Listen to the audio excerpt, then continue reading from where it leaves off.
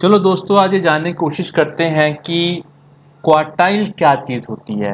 आज का जर्नल ने इम्पैक्ट फैक्टर के साथ साथ क्वार्टाइल का भी एक नया रैंकिंग सिस्टम इंट्रोड्यूस किया है, जिसमें इन्होंने Q1, Q2, Q3, Q4 के बारे में बात की है। तो चलो जानते हैं ये है क्या। तो मैं जर्नल का नाम लिख रहा हूँ। मेरी आप सबको रिकमेंडेशन है कि जब आप कोई जर्नल को ढूंढ रहे हो, अच्छे जर्नल में पेपर कम्युनिकेट करने की बात को सोच रहे हो, तो मैं आपको सजेशन दे रहा हूं कि आप ना केवल इम्पैक्ट फैक्टर पे फोकस करो, but you also look for its quartile.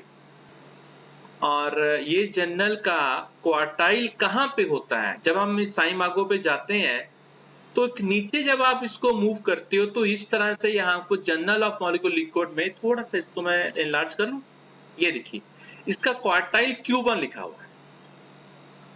अब आपको मैं बताने जा रहा हूं कि Q1 Q2 है क्या।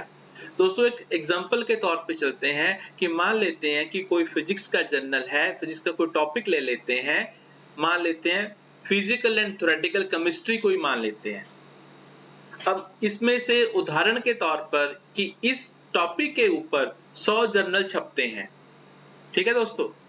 100 जर्नल में से जो पहले 25 टॉप जर्नल होंगे उनको Q1 कहा गया है। बात समझ गए?